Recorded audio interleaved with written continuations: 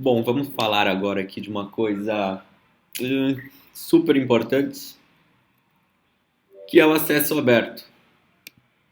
O acesso aberto é fundamental hoje no meio científico, na sociedade como um todo.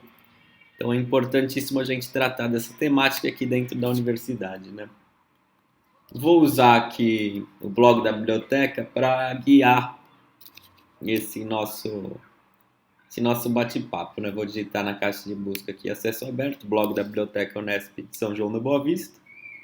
Vou usar esse post que está no blog aqui. Quem quiser pode acessar blog Biblioteca Unesp SJBV. Só colocar no Google que vocês conseguem acessar o blog. Vou clicar no post para a gente começar a falar da temática, né? Antes, é interessante a gente contextualizar um pouquinho a questão. Para isso, é interessante falar sobre Merton e o que ele desenvolveu, né? Que são as normas de Merton. Meios científicos são muito conhecidas, a maioria deve conhecer já, mas cabe falar sobre elas, porque o acesso aberto se enquadra dentro dessas normas aqui que foram descritas em 1942 por esse sociólogo Robert Merton.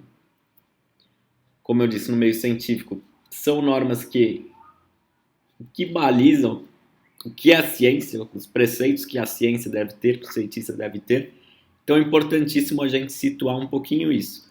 Efetivamente, aí, Merton escreveu 4 conjuntos de imperativos institucionais, né, que determinam o ethos, que seria ali o cerne, o cariz da ciência moderna. Comunismo, universalismo, comunicação, desinteresse e o ceticismo organizado, né? Falando especificamente de cada um, comunismo não é esse comunismo que o pessoal costuma deturpar um pouquinho hoje em dia aí, né? Falando que tudo é comunismo, comunista. Mas comunismo aqui, no contexto das normas de Merton, no contexto da ciência, implica que os resultados científicos são propriedades comuns de toda a sociedade. O preceito 1 aí. Universalismo significa que todos os cientistas podem contribuir para a ciência, independentemente de raça, nacionalidade, cultura ou gênero. Desinteresse, outra norma, considera que os cientistas devem agir em busca dos interesses coletivos do empreendimento científico. Estão acima de seus interesses pessoais, não devendo ser remunerados pelas descobertas. Outro ponto, a originalidade exige que as demandas científicas contribuam com as novidades, seja um novo problema, uma nova abordagem, novos dados, uma nova teoria, uma nova explicação. E o ceticismo, que determina que alegações científicas devem ser expostas a uma análise crítica contínua. Então, a ciência, o fazer científico, é regido por essas normas, basicamente. E é bom a gente situar isso. Em contrapartida, essas normas são as más práticas científicas, digamos assim, né? Em oposição às normas de Merton. Geralmente essas contranormas, isolamento, particularismo, interesses e o dogmatismo. Ok? São normas que vão contra os princípios aqui compilados e trabalhados por Merton. Interessante a gente iniciar com isso. Usei o Wikipedia aqui. Wikipedia, claro, algumas pessoas vão falar que como fonte científica não é uma fonte interessante. Realmente como fonte para fazer ciência, para fazer científico não é a fonte mais interessante, óbvio. Atualmente ela não é revisada pela comunidade científica, é revisada por pessoas comuns, pode ser que até cientistas revisem, mas não tem aquele criterioso processo de revisão por pares, né? Porém, para aproximação a uma informação, é uma fonte sim muito válida, né?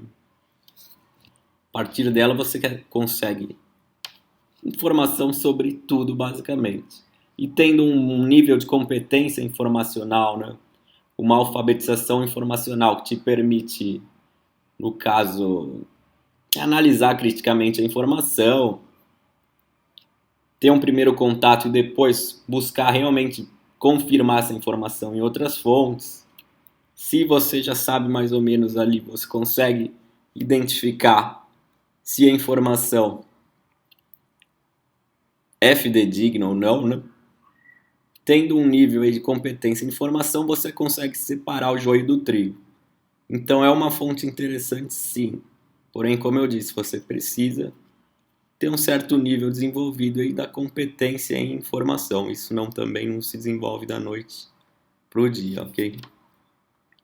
Voltando aqui, só para a gente continuar situando um pouquinho sobre a ciência, no caso, no decorrer do século XX, os meios de comunicação da ciência, no caso, os periódicos científicos, sobretudo, foram sendo apropriados por grupos com interesses comerciais financeiros, por editoras, por conglomerados, que acabaram se apropriando dos meios de comunicação da ciência e fizeram que a comunidade científica perdesse o controle da produção desses meios. Ela acabou saindo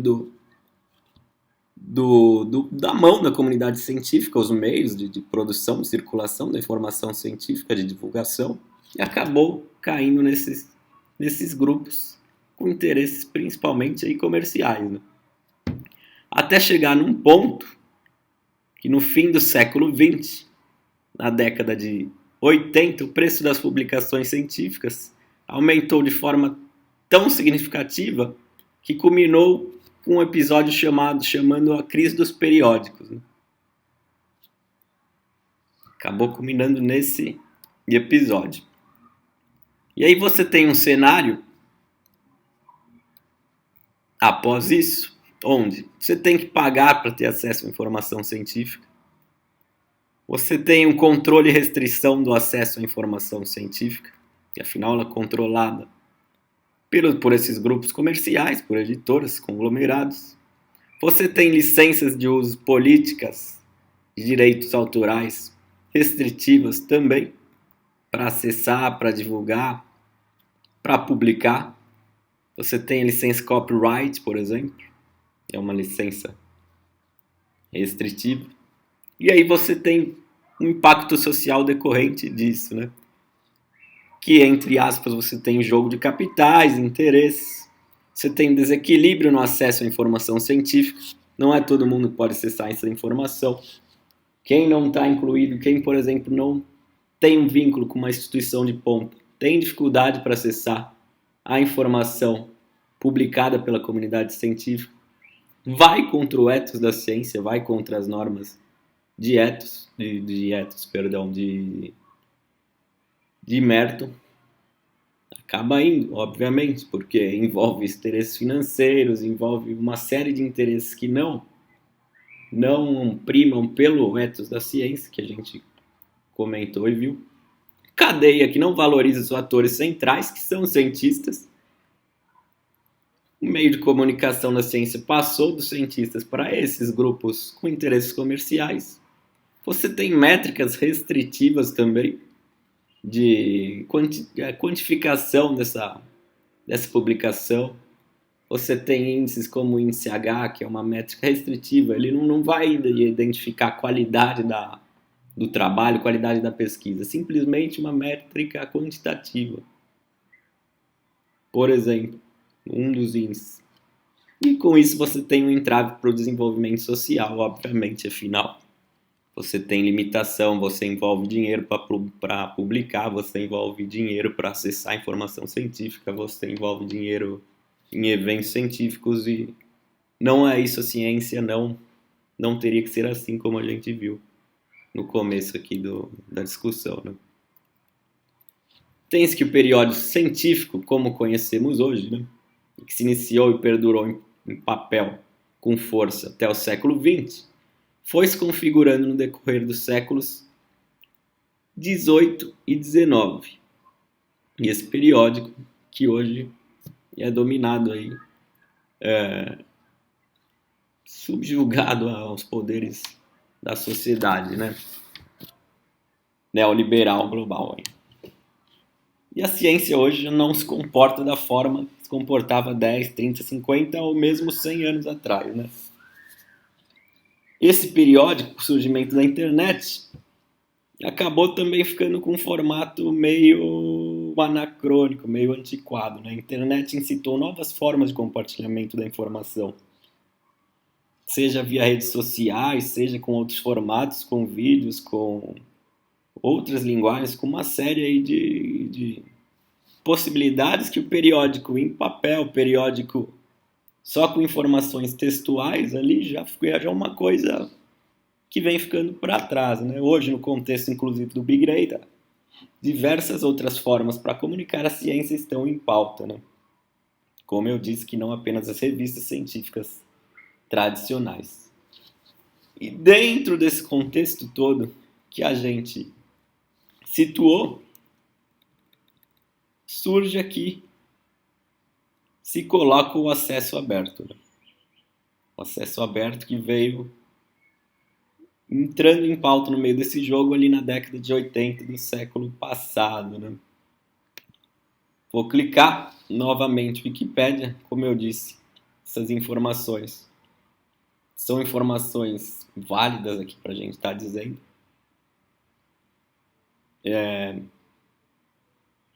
São informações que podem ser corroboradas em outras fontes científicas, inclusive, né? Tudo que está aqui realmente é fidedigno. O acesso aberto, então. O acesso aberto surge naquele contexto que a gente falou. O acesso aberto aqui, como está colocado, o acesso livre significa a disponibilização online sem limitações dos resultados de investigação científica, pesquisa científica, né? Acesso aberto pode ser aplicado a todos os tipos de publicação científica, com e sem revisão por pares, incluindo artigos, documentos de conferência, teses, capítulos de livros e monografias, né? Como foi falado, foi citado, né? O acesso aberto, ele veio surgindo, veio caminhando naquele contexto que a gente falou, né? Efetivamente foi dado um pontapé no movimento Open Access, no movimento do acesso aberto, com esse post subversivo aqui. Propósito subversivo, né? Que foi publicado em 1994. Incitado pelo pessoal, inclusive, da informática. Depois, já na primeira desse século, 2002, 2003, a gente teve a declaração Aboai, que foi importantíssima também para fortalecer ainda mais o movimento Open Access, que se configura aqui, a gente vai falar já. Mas essa declaração foi fundamental aí para, já coisa de 20 anos atrás, para realmente fortalecer o movimento. Teve a declaração de Berlim também, que foi importantíssima por um marco do acesso aberto. E a declaração de Budapeste, que inclusive define o acesso aberto como acesso aberto à literatura científica revisada por pares, significa disponibilidade livre na internet, permitindo a qualquer usuário ler, fazer download, copiar, distribuir, imprimir, pesquisar ou referenciar o texto integral desses artigos, recolhê-los para indexação, introduzi-los como dados em software ou usá-los para outro qualquer fim legal, sem barreiras financeiras, vale salientar aí, grifos meus, legais ou técnicas que não sejam inseparáveis ao próprio acesso a uma conexão à internet. As únicas restrições de reprodução, distribuição e o único papel para o direito autoral nesse domínio é dar aos autores o controle sobre a integridade do seu trabalho e o direito de ser devidamente reconhecido e citado. Então, o acesso aberto vai nesse sentido, né? O acesso aberto à ciência é um acesso aberto que disponibiliza a informação científica de forma gratuita, de forma livre, né? Às vezes não é gratuito o acesso, mas é um acesso livre. Vale a pena aqui depois dar uma olhadinha sobre a diferenciação entre grátis e livre, mas o acesso aberto vai nessa lógica de disponibilizar sem restrições o acesso ao conhecimento científico para a sociedade, tendo como um bem realmente público, global, social. Tá bom? Aqui vale a pena ler esse artigo da Wikipédia, como eu falei, que tem as fontes para serem depois acessadas, se for o caso. Mas o acesso aberto vai nesse sentido. Benefícios do acesso aberto. Vou clicar na página da própria editora Springer, inclusive. Tá? Própria editora Springer coloca aqui pra gente os benefícios do acesso aberto. Dourado, no caso. Dourado, há 4 vias de formalizar o acesso aberto. As duas são principais, são a via verde e a via dourada. A via dourada seria publicar um artigo num periódico de acesso aberto. Né? Seria publicá-lo de uma forma aberta em um periódico via processo de acesso aberto. E a via verde seria publicar o artigo ou trabalho em um repositório científico, repositório institucional, repositório temático, uma plataforma que disponibiliza de forma aberta o trabalho. Tá bom? Há essas duas formas, via periódicos, então, e via repositórios. Ok? Benefícios aqui que a gente pode citar, aumento da citação e do uso, uma vez que os artigos estão permanentes disponíveis online sem restrições imediatamente após publicação, eles têm uma distribuição mais ampla, maior visibilidade do que o conteúdo publicado em periódicos de assinatura. Outro ponto, facilidade de cumprimento das políticas institucionais financiadoras, conteúdo publicado sob uma licença Creative Commons, que é uma licença que está contida aí nessa lógica do acesso aberto. Né? Um trabalho publicado com uma licença dessa, que não é uma licença de copyright, é uma licença menos restritiva que a licença de copyright, com as Creative Commons. São licenças mais flexíveis, que permitem maior meio de disponibilização, de comunicação, de utilização, uma forma mais aberta realmente para os trabalhos, para os documentos serem compartilhados. Então, publicando via acesso aberto tem a facilidade de cumprimento das políticas institucionais financiadoras, que o conteúdo é publicado sob uma licença Creative Commons ou outra similar, pode ser arquivado em qualquer lugar e disponibilizado imediatamente na publicação, permitindo que os autores cumpram facilmente os requisitos do financiador, porque hoje muitos financiadores, inclusive a FAPESP, não é nem impede, né? No caso você é obrigado a disponibilizar o trabalho que foi financiado com recursos da agência, no caso da FAPESP, que, por exemplo, você é obrigado a disponibilizar o trabalho de forma que esteja disponível na lógica de acesso aberto, disponibilizado em Open Access. Terceiro ponto, retenção de direitos autorais pelos autores. Isso não vai mudar, o autor segue tendo os direitos sobre a sua obra. O impacto mais rápido, uma vez que o trabalho está disponível para todos, já que é disponibilizado não de uma forma restrita, não é necessário assinar uma plataforma, uma base de dados, um periódico para acessar, né? Ele vai estar disponibilizado de forma aberta, ele tem para todos logo que é publicado. Pesquisas que dão continuidade aos estudos relatados no artigo podem ser realizadas e publicadas mais rapidamente. Isso é especialmente importante em campos ou temas que mudam rapidamente, o que seja acessíveis ao tempo. Né? Por exemplo, epidemias atuais. No caso da pandemia aqui de Covid, todo mundo sabe a importância que teve o acesso aberto, que teve a disponibilização em formato aberto das publicações para os trabalhos irem sendo realizados de forma mais rápida e ter uma intersecção de forma mais rápida em pesquisadores, importantíssima, inclusive a quebra de patentes aí está dentro dessa lógica também de acesso aberto à ciência, e o maior envolvimento público também, uma vez que pesquisadores que não têm assinaturas institucionais podem acessar a pesquisa mais recente, especialmente valioso quando o conteúdo afeta o público em geral. São alguns aí dos benefícios do acesso aberto. Né? Mais algumas coisas que o acesso aberto traz de super positivo aí, né? Aqui eu estou na página da agência USP, aqui a Águia, agência USP de Gestão da Informação Acadêmica, que é o antigo sistema de bibliotecas da Universidade de São Paulo, virou essa agência USP de Gestão da Informação Acadêmica. Na página aqui de apoio ao pesquisador, página de acesso aberto, mais alguns pontos: aumenta a visibilidade dos resultados de pesquisa, proporcionando acesso a um público mais amplo que de outra forma não teria acesso, maximiza o potencial de colaboração internacional das atividades de pesquisa, como foi o caso agora na pandemia de Covid, e aumenta o potencial de citação, pois expande o acesso a descobertas e pesquisas revisadas por pares. Inclusive, os artigos científicos publicados de forma aberta recebem, em média, 8% mais citações do que os restritos.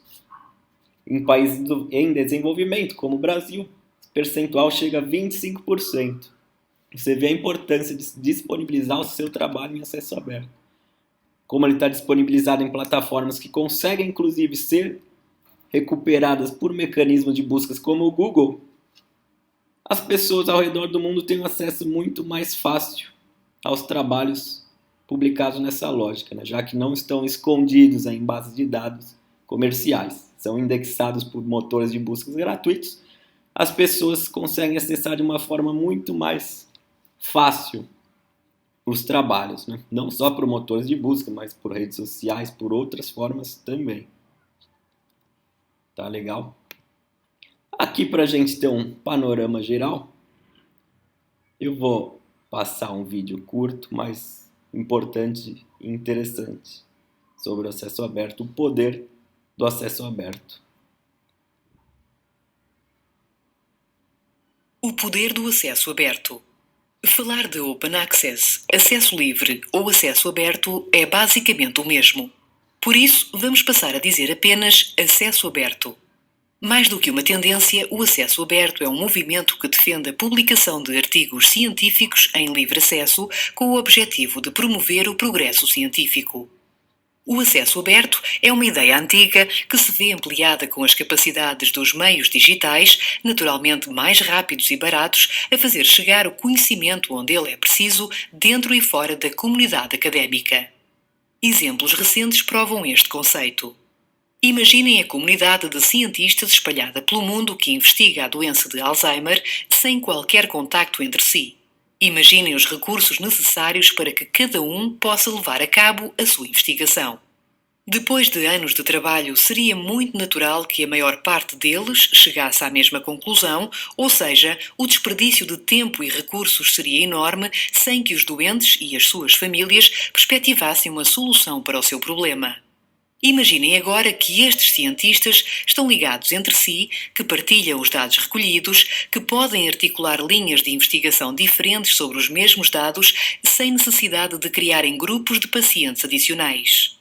A probabilidade de conseguirem mais e melhores resultados é maior, como ainda se abre a possibilidade de alguns cientistas com menos recursos se poderem juntar à investigação.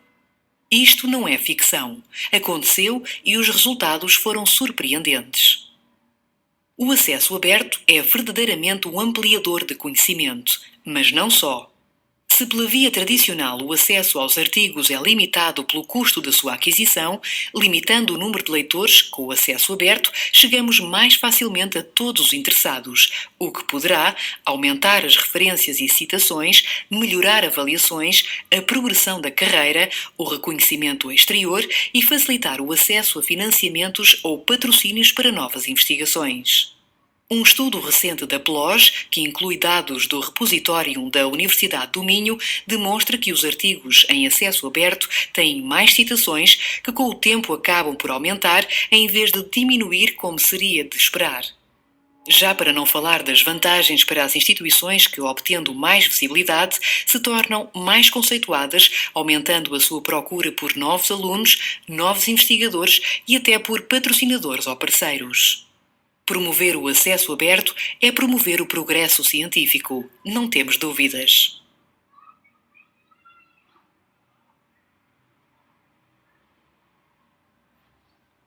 Bom, acho que eu não preciso nem falar mais nada, né, pessoal? que é um vídeo publicado pelo canal das bibliotecas da Universidade de Aveiro, Portugal. Tá bom? E realmente vocês veem a cadeia do acesso aberto, os benefícios e o quão importante é para a sociedade científica, sociedade no geral, né? Os pontos que foi citado no vídeo, a gente tinha visto alguns. Outro ponto que a gente não falou até agora, mas importantíssimo também, acesso aberto e plágio, relação, né? A gente verifica também que o acesso aberto maximiza a possibilidade de se evitar e detectar o plágio, inclusive, uma vez que os recursos online em acesso aberto estão disponibilizados de forma gratuita e massiva, estando assim os conteúdos vinculados a esses recursos sujeitos ao acesso e análise de qualquer pessoa que tem possibilidade de navegar na internet. Tá bom? Então, realmente é muito mais fácil você analisar, detectar o plágio publicando em acesso aberto também, né? Ele maximiza a forma de detectar o plágio, inclusive de evitá-lo, né? Trabalhando ele de uma forma que se evite essa má prática científica, né? Que se trabalha em integridade acadêmica também, né? Com a então, depois de tudo que a gente se viu com acesso aberto, a gente se depara com um cenário mais sustentável, em contraposição ao cenário anterior que a gente pontuou, né? Uma vez que não se tem que pagar para se ter acesso à informação científica. Você tem a livre circulação, compartilhamento irrestrito da informação científica. Você não tem a informação científica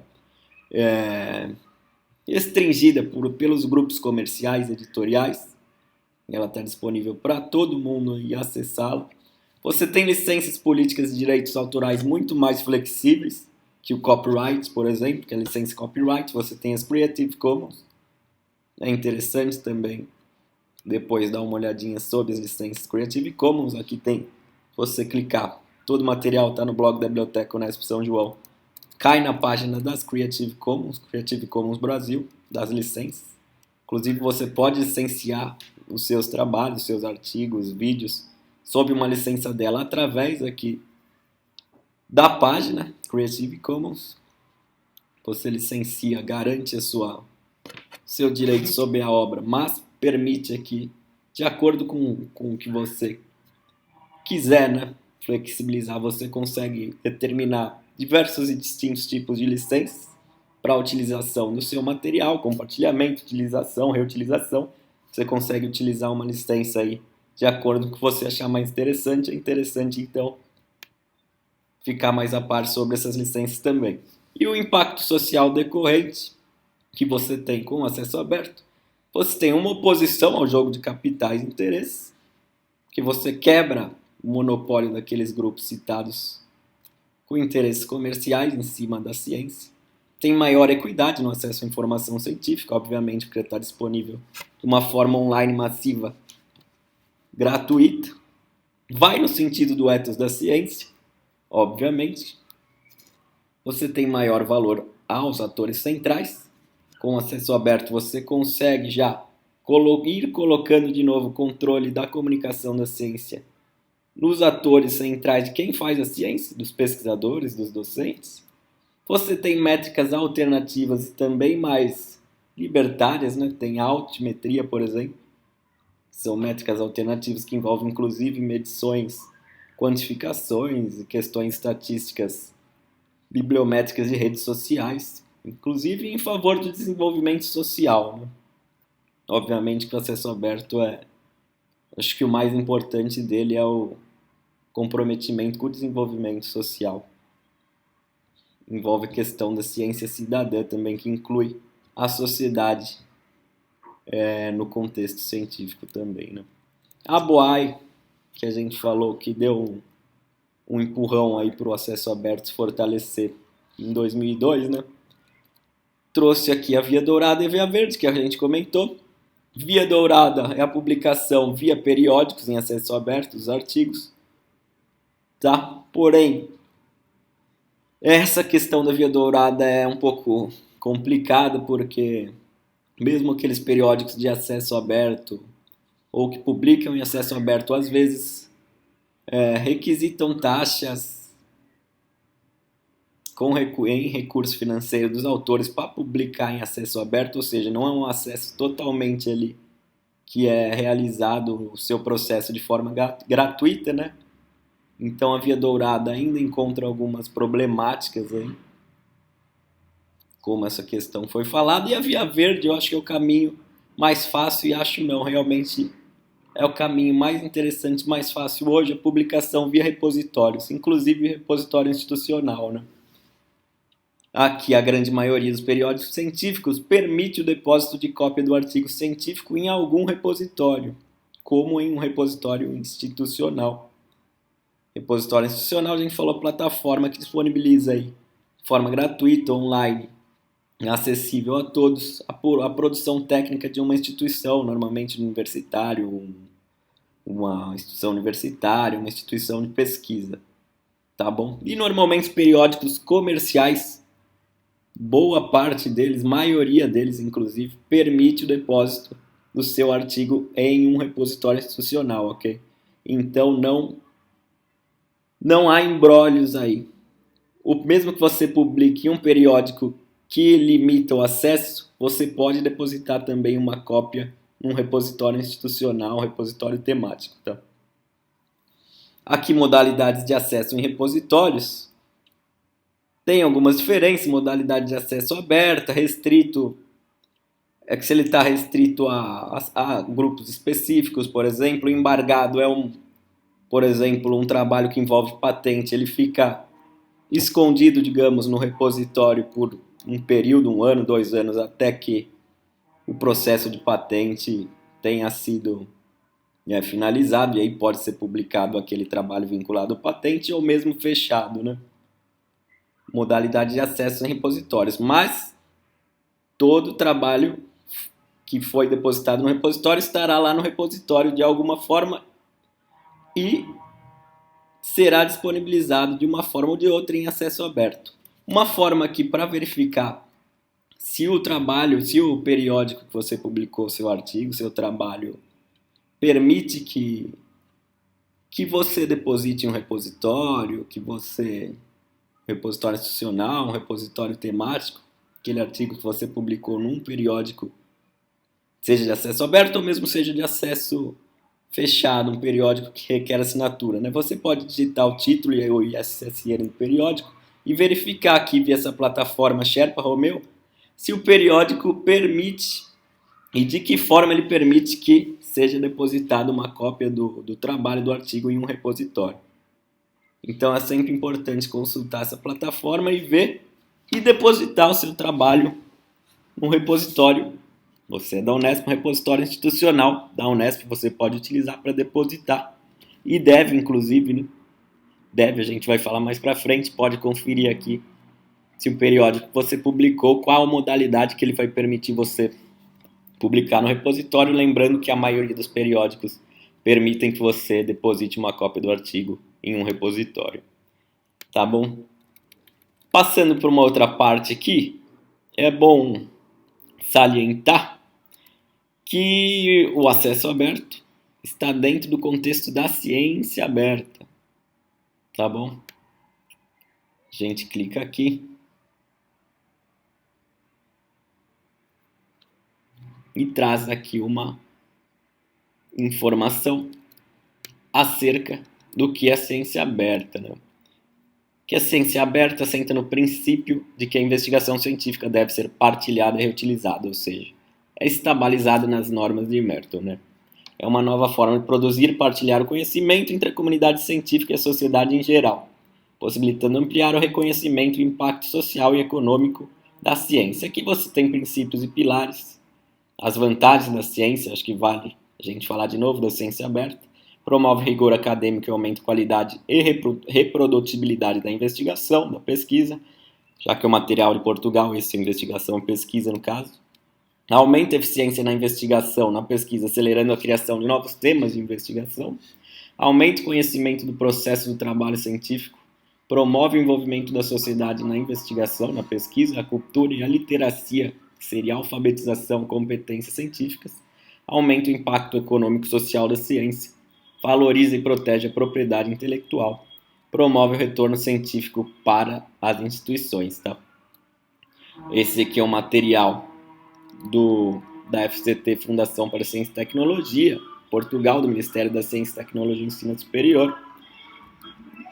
E a gente vê que o acesso aberto está dentro, então, desse contexto da ciência aberta, né? Que ela implica mudança no paradigma de publicação e comunicação, mudança nos modelos de avaliação, você vai ter aí a questão da avaliação aberta também, revisão por pares abertas, você tem mudança nos modelos de financiamento, você tem mudança cultural de todos os envolvidos no ecossistema científico, né? A ciência aberta, a gente vê aqui que se configura como um guarda-chuva, né?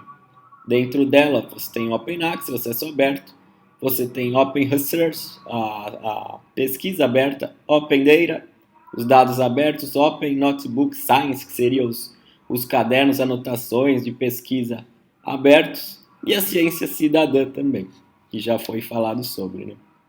Essa é uma imagem publicada sob aí uma licença Creative Commons, permitindo que seja utilizada aqui no blog. Uma taxonomia da ciência aberta, a Foster, né, taxonomia de Foster da ciência aberta, a gente vê que ela envolve aqui uma série de questões, né? Como foi falado, acesso aberto, dados abertos, a ciência aberta reproduzível aqui, a pesquisa reproduzível aberta, né? Você tem a avaliação da ciência aberta, políticas de ciência aberta e ferramentas, inclusive aí, abertas. Uma série interessante para vocês verem toda a cadeia aqui da ciência aberta, né? Que o acesso aberto é só uma das vertentes da ciência aberta, tá? Que envolve uma série de questões aí. Toda uma cadeia e benefício social, né? Que é o mais importante. Envolve, inclusive, os dados abertos. Eu vou aqui para o portal Acesso Aberto da Unesp, que é importante a gente falar sobre os dados abertos. Estou no portal Acesso Aberto da Unesp. Importante, legal vocês conhecerem também. Sobre os dados abertos, conforme apresentado no Portal Brasileiro dos Dados Abertos, segundo a definição da Open Knowledge International, em suma, dados são abertos onde qualquer pessoa pode livremente acessá-los, utilizá-los, modificá-los e compartilhá-los para qualquer finalidade, estando sujeito no máximo a exigências que visem preservar sua proveniência e sua abertura. Tá bom. Isso é geralmente satisfeito pela publicação dos dados em formato aberto sob uma licença aberta, que no caso pode ser uma licença Creative Commons. Tá, os dados. O que são os dados abertos? Os dados em si. Os dados são um conjunto de valores de variáveis qualitativas ou quantitativas que podem ser medidas, coletadas, relatadas e analisadas. Ou seja, é aquilo que você utiliza e desenvolve durante sua pesquisa, né? Utiliza para gerar sua pesquisa. Isso são os dados, né? O conjunto de valores, né? Se esses dados são oriundos de uma pesquisa e servem para validar os resultados, então são denominados dados de pesquisa, como foi falado, né? E dados abertos, como a gente falou, nada mais é do que disponibilizar esses dados utilizados e gerados durante a pesquisa no formato de acesso aberto, seja via repositório, seja publicação em um periódico ou um artigo de dados também aberto. Envolve isso, os dados abertos. Isso é importantíssimo também, a publicação e divulgação dos dados da sua pesquisa, né? Sobretudo em acesso aberto, porque ela vai permitir que outros pesquisadores utilizem os dados para reproduzir a sua pesquisa, para desenvolver pesquisas com base no conjunto de dados que você disponibilizou. É importantíssimo a questão dos dados abertos, né?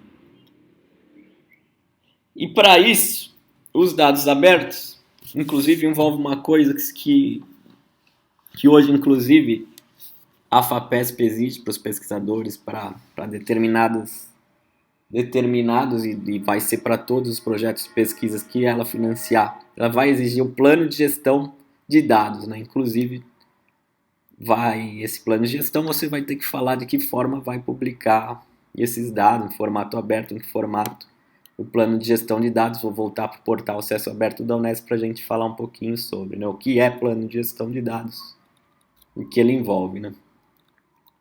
Dados de pesquisa, como a gente falou, só para deixar claro aqui, segundo o Guia de Gestão de Dados de Pesquisa, de novo para frisar, são aí registros fatuais usados como fonte primária para pesquisa científica, que são comumente aceitos pelos pesquisadores como necessários para validar os resultados do trabalho científico, ok?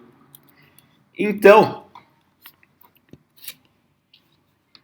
envolvendo os dados de pesquisa, você precisa, e é interessante que tem um plano para a gestão desses dados durante a pesquisa, antes e depois. Os dados, então, estão envolvidos no contexto da gestão de dados, eles precisam ser geridos, né? Gestão de dados de pesquisas aqui, de acordo com o Insights do Reino Unido, né? Gestão de dados de pesquisa pode ser entendido como um conjunto de práticas para lidar com a informação coletada e criada durante a pesquisa. Então é importantíssimo essa questão da gestão dos dados, porque às vezes os dados ficam perdidos, uma anotação fica ali, a gente não sabe como coletou um dado de uma simulação, e é super relevante a formalização dessa gestão de dados, dos dados de pesquisa. Para formalizar, como que vai ser feito? Através do plano de gestão de dados que foi falado anteriormente. Ok? A gestão de dados de pesquisa. Diz a fonte, mesma fonte do Reino Unido, a mesma não, é do DCC do Reino Unido. A gestão de dados de pesquisa diz respeito à organização de dados, desde a sua entrada no ciclo de pesquisa até a disseminação e arquivo de resultados de valor. A gestão de dados de pesquisa faz parte do processo de investigação, pesquisa, e visa tornar o processo o mais eficiente possível, satisfazendo as expectativas e requisitos da universidade, das agências de apoio, da pesquisa e da legislação. Ok? Aqui tem algumas informações, links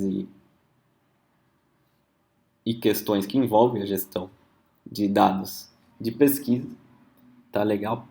E aí, para fazer essa gestão, realmente é interessantíssimo aí que seja feita com um plano de gestão de dados. Plano de gestão de dados é um plano que você vai traçar, vai pôr no papel, vai formalizar para gerir esses dados antes, durante e após, inclusive, após o término da pesquisa. O que é legal? Legal que a Unesp disponibiliza uma ferramenta para a elaboração de um plano de gestão de dados, que é o DMP-Tool. Vou clicar, DMP-Tool, você consegue fazer o seu plano de gestão de dados com ele. O acesso dele você vai fazer via acesso institucional, via VPN da Unesp, e com essa ferramenta você vai ter um guia para ir respondendo questões e desenvolvendo o seu plano, né?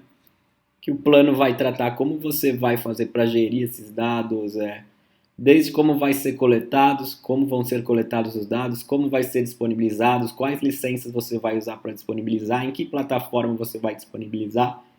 Então, é fundamental o plano de gestão de dados para você gerir realmente os dados durante a pesquisa e para atender as políticas e normas das agências de fomento. Como eu disse, a FAPESP é uma que paulatinamente vai exigir aí que você desenvolva um plano de gestão de dados da sua pesquisa, se for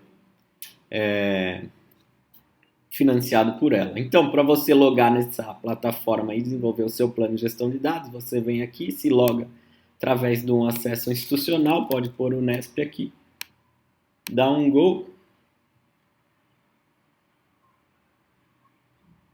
e aí você pode entrar via CAF, inclusive. Seus dados da central de acesso do Unesp, põe, seleciona a opção que mais te agrada aqui, dá um aceitar, e aí você entra na ferramenta. Vem aqui Create Plan para criar o seu plano. E aí você vai preenchendo aqui os campos para ir desenvolvendo realmente o plano, né?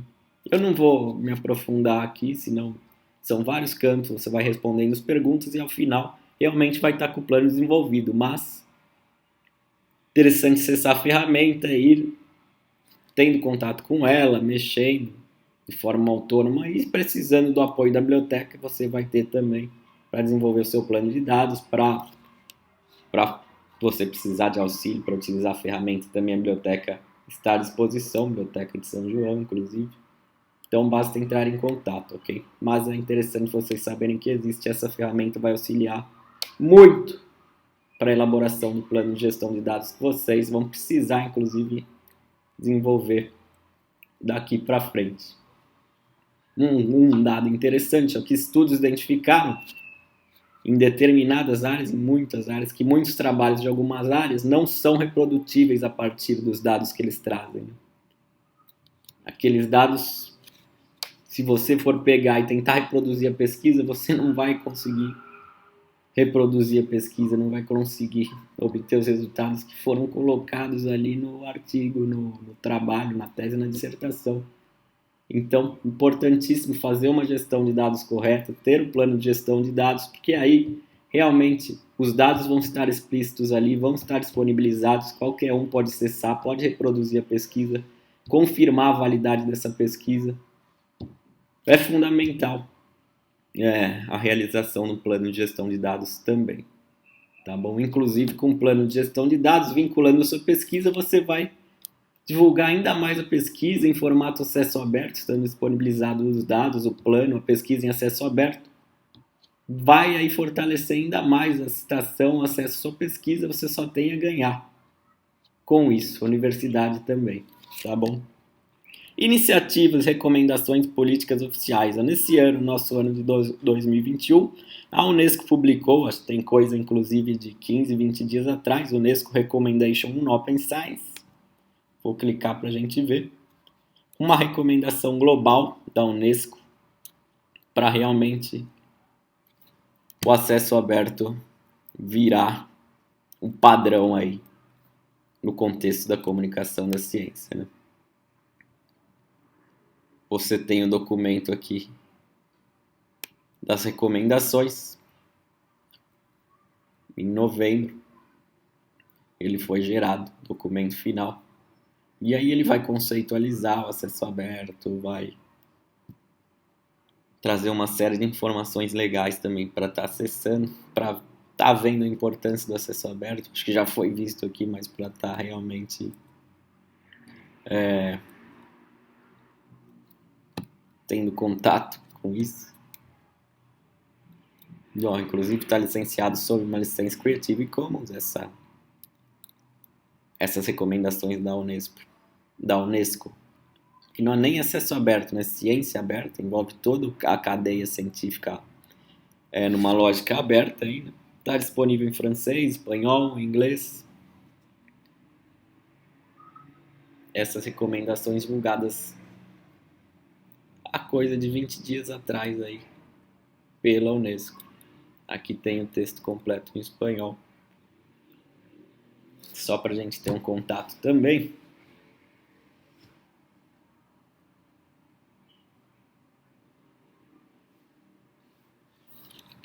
Que a internet aqui realmente não está ajudando.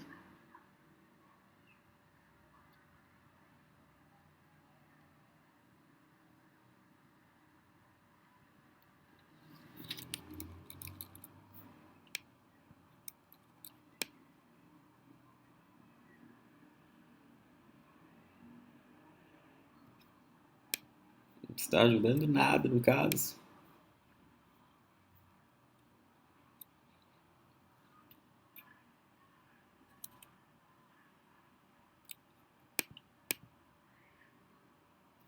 Enfim, acho que é bom ficar para uma próxima. Porém, fica aqui o link aqui no blog da biblioteca a recomendação da Unesco divulgada no mês passado sobre ciência aberta. Ok? Outra iniciativa, né, da União Europeia, no caso, é o Plano S, a Europa das Agências de Financiamento Europeias. Né? Em linhas gerais, o Plano S, que ele preconiza é que toda pesquisa financiada com recursos públicos terá que ter os seus resultados publicados em periódicos ou plataformas disponibilizadas online e de forma gratuita.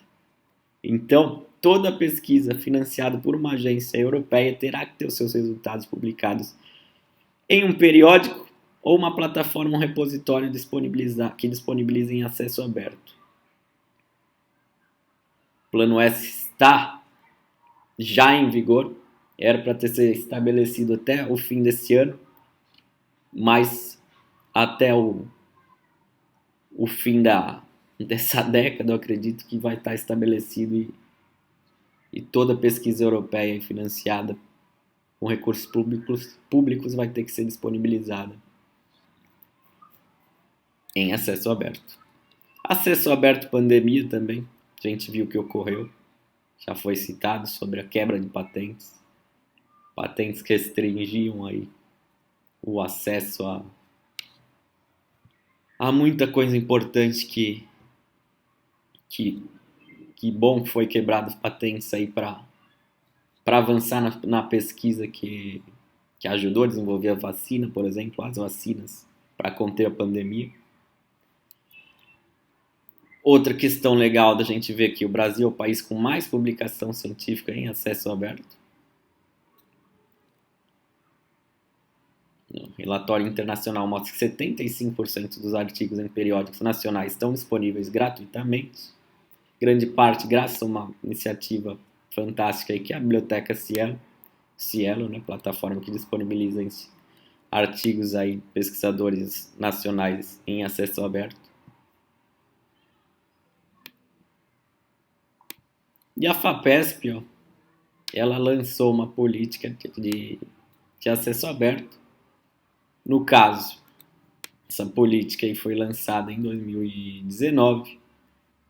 Em resumo, autores de artigos que resultem de projetos de bolsa financiados pela Fundação devem assegurar que uma cópia dos trabalhos fique disponível em repositórios públicos.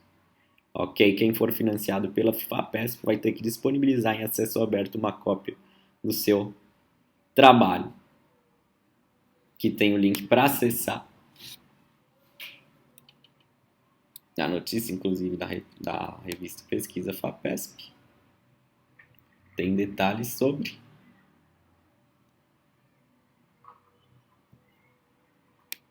E essa política da FAPESP, inclusive, fala da obrigação, inclusive, do desenvolvimento dos planos de gestão de dados.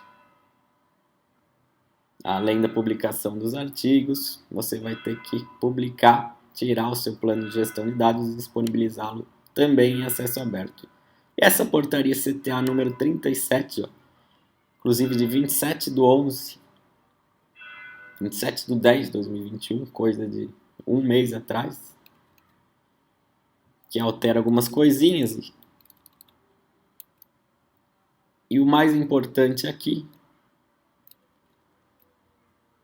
que os autores poderão fazer uso das diferentes opções de acesso aberto, preferencialmente pelo menos a modalidade verde, Green Open, via verde do acesso aberto, de modo a assegurar que uma cópia seja submetida ao repositório institucional. Tá legal? Então, todo pesquisador que obteve um recurso da FAPESP vai ter que disponibilizar sua pesquisa em acesso aberto. Acesse depois a política da FAPESP para ter contato na íntegra. Já foi falado aqui da relevância do acesso aberto. É fundamental que você disponibilize o seu trabalho em acesso aberto, inclusive para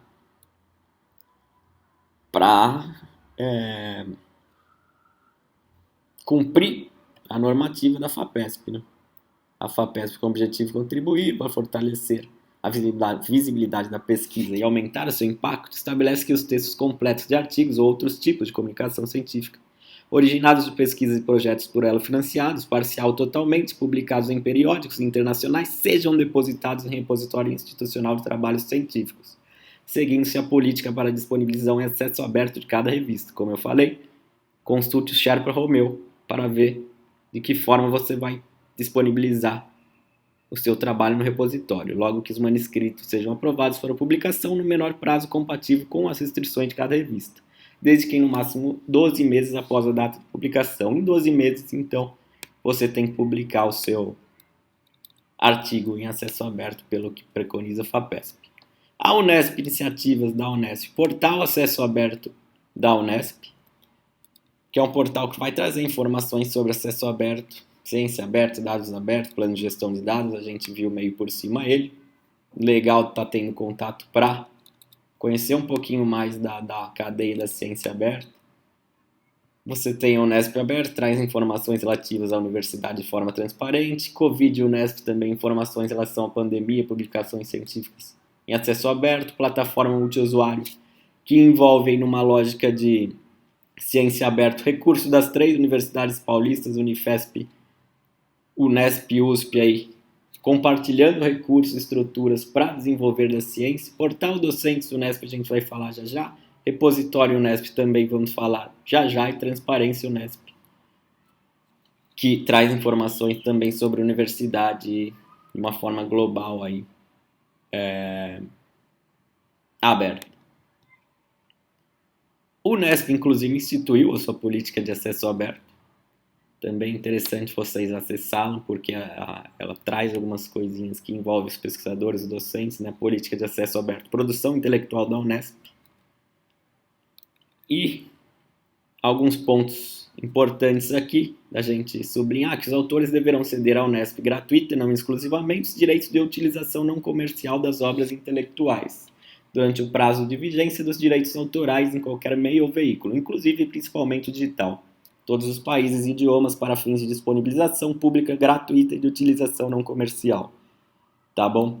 A cessão feita à Unesp pelos autores autorizará a utilização não comercial gratuita e não exclusiva, em caráter permanente e revogável, da obra disponível no repositório institucional Unesp, por qualquer pessoa física ou jurídica, de acordo com a Lei de Direitos Autorais e Licenciamento. Tá bom? Os artigos científicos, aqui o artigo 24, artigos científicos publicados em periódicos com restrição de acesso deverão ser depositados no repositório Unesp e ficarão embargados pelo período de tempo definido em contrato pelo periódico. Após o período de embargo, os artigos científicos serão disponibilizados em acesso aberto, ou seja, não é só mais a FAPESP que exige que você disponibilize uma cópia do seu trabalho em acesso aberto, a Unesp também. Trabalho que você desenvolveu dentro, vinculado à Unesp, você vai ter que depositar no repositório institucional Unesp, que é a plataforma que guarda, disponibiliza acesso, preserva a produção técnico-científica da Unesp. Se você é um pesquisador vinculado à instituição, você vai ter que depositar uma cópia do seu trabalho, do seu artigo, da sua dissertação, no repositório nessa plataforma da Unesp que a gente vai ver. Ok? Que é o repositório institucional Unesp.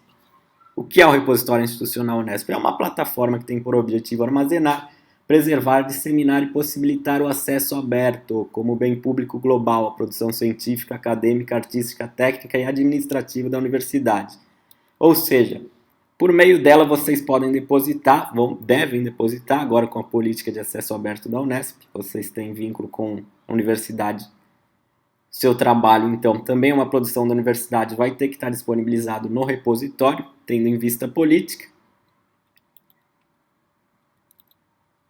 E aqui fica disponibilizado o trabalho numa forma aberta para a sociedade toda, para outros cientistas acessarem e poderem fazer a ciência avançar, a sociedade avançar.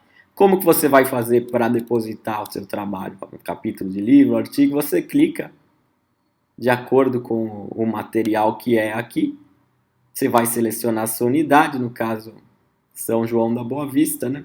Se for uma unidade São João, seleciona o departamento e vai pôr aqui se você vai depositar um artigo, plano de gestão de dados, dados científicos. Inicia o autoarquivamento. Você vai Tem uma série de informações para preencher: o título do trabalho, licença sob a qual o trabalho está disponibilizado, o autor, DOI do trabalho, os seus números de identificadores, aí, o seu ORC-ID, por exemplo, vai ter que estar listado. Uma série de informações você tem que preencher, porque são campos ali que tem que ser preenchidos, porque estão dentro de padrões de regulações, inclusive internacionais, da área da ciência da informação. Você tem que preencher para preservar, para disponibilizar da melhor forma possível o seu trabalho, as informações, os dados que ela contém. Então você tem que realmente preencher todo aquele formulário. É fundamental, não é à toa, tá bom?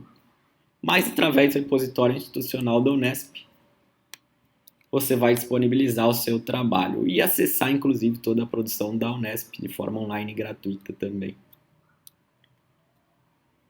Ok. Repositório aqui, repositório Unesp, só pôr no Google você acessa ela. Acessa ele. Importante, inclusive,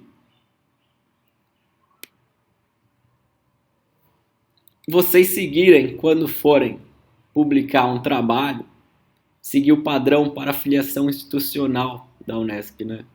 A sua vinculação institucional ela tem que ser também colocada quando você desenvolve um trabalho de uma forma, de acordo com um padrão, né? E é uma resolução Unesp que traz isso, consoante a resolução, todas as publicações científicas, nacionais e internacionais, a filiação institucional deverá ser prioritariamente iniciada por Universidade Estadual Paulista, Unesp, unidade, nome da faculdade, o instituto e o campus. Tá bom? Você tem que seguir esse padrão aqui com a sua vinculação institucional que vai estar mostrada no seu artigo científico publicado, ok? É muito importante isso, porque é através desse padrão que a universidade vai ser citada, vai ser reconhecida no meio científico. Se você põe num outro padrão, as bases de dados, os motores indexadores não vão identificar como sendo você sendo pesquisador da Unesp, não vão identificar a universidade.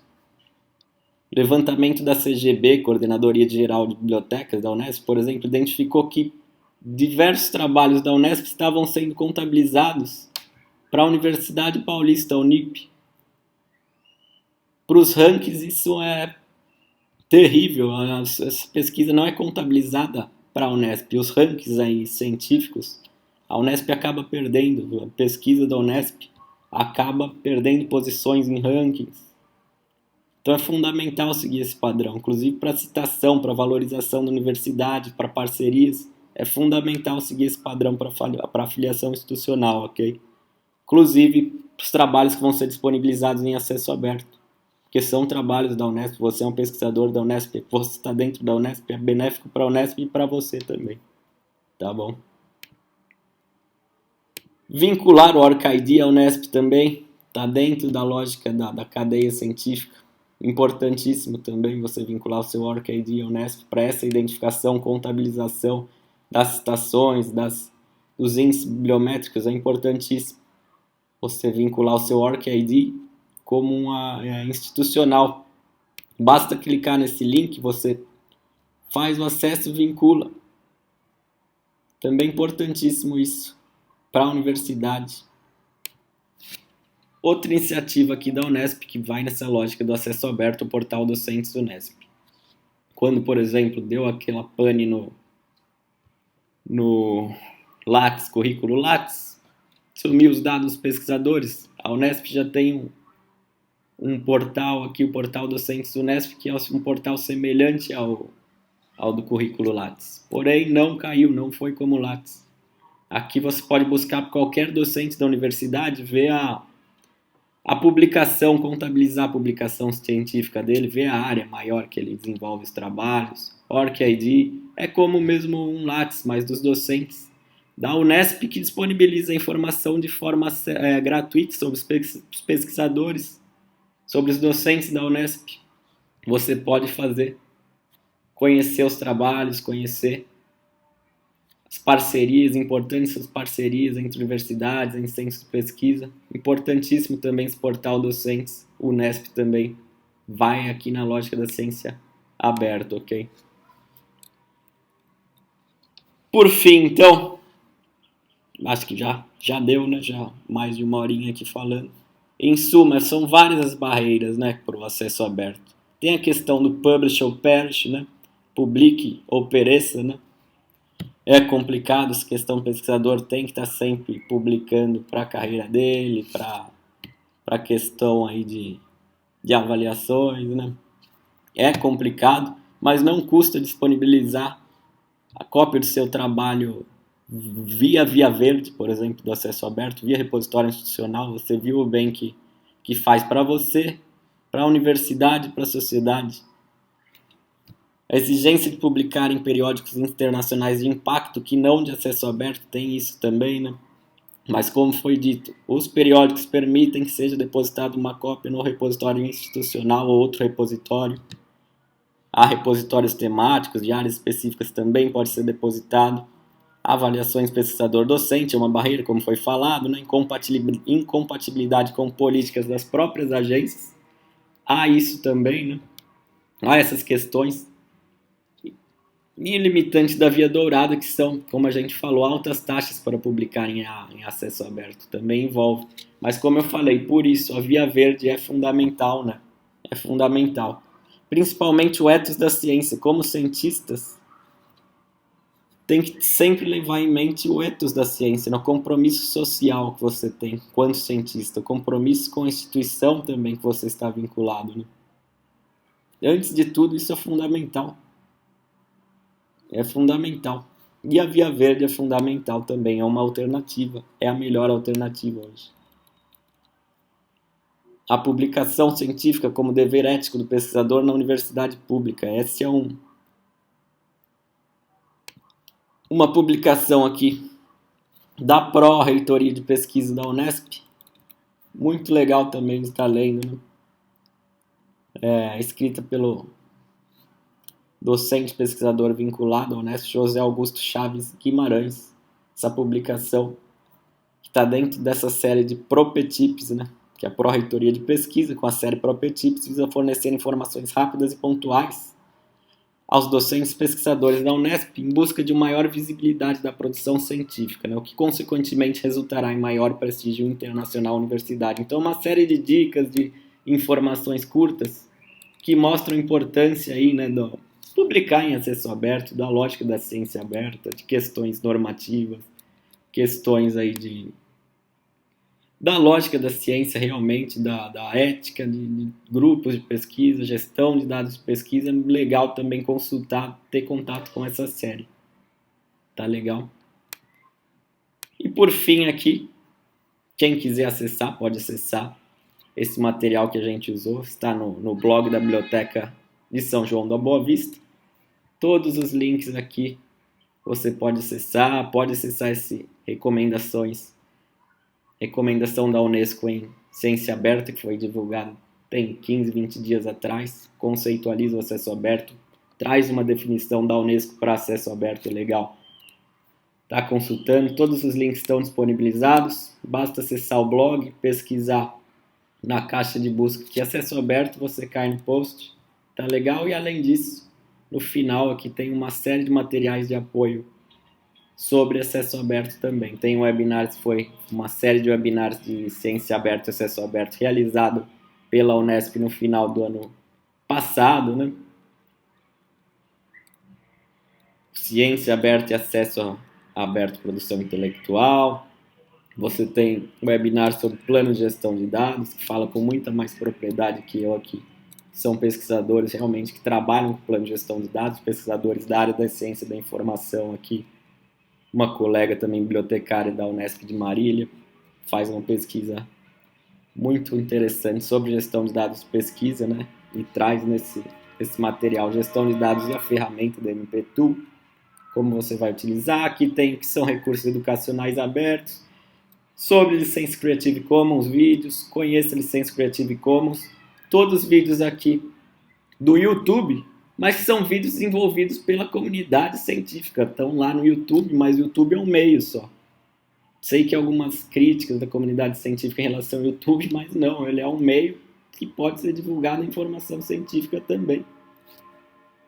instituições estão nele, pesquisadores estão nele, então esses vídeos são muito legais também. Tem curso, inclusive, aqui, gratuito de uma formação modular sobre ciência aberta, também legal, para quem tiver disponibilidade. Está aqui no blog da biblioteca, é só acessar um curso aqui, realizado pela Fiocruz também, que tem pesquisadores super importantes na área do acesso aberto, da ciência aberta. Então, ficam aí todos esses materiais, esses guias, para estar tendo um contato maior sobre o que é ciência aberta e acesso aberto. Tá legal? Espero ter podido aí ajudar um pouquinho, e acesso aberto, pessoal, é o caminho.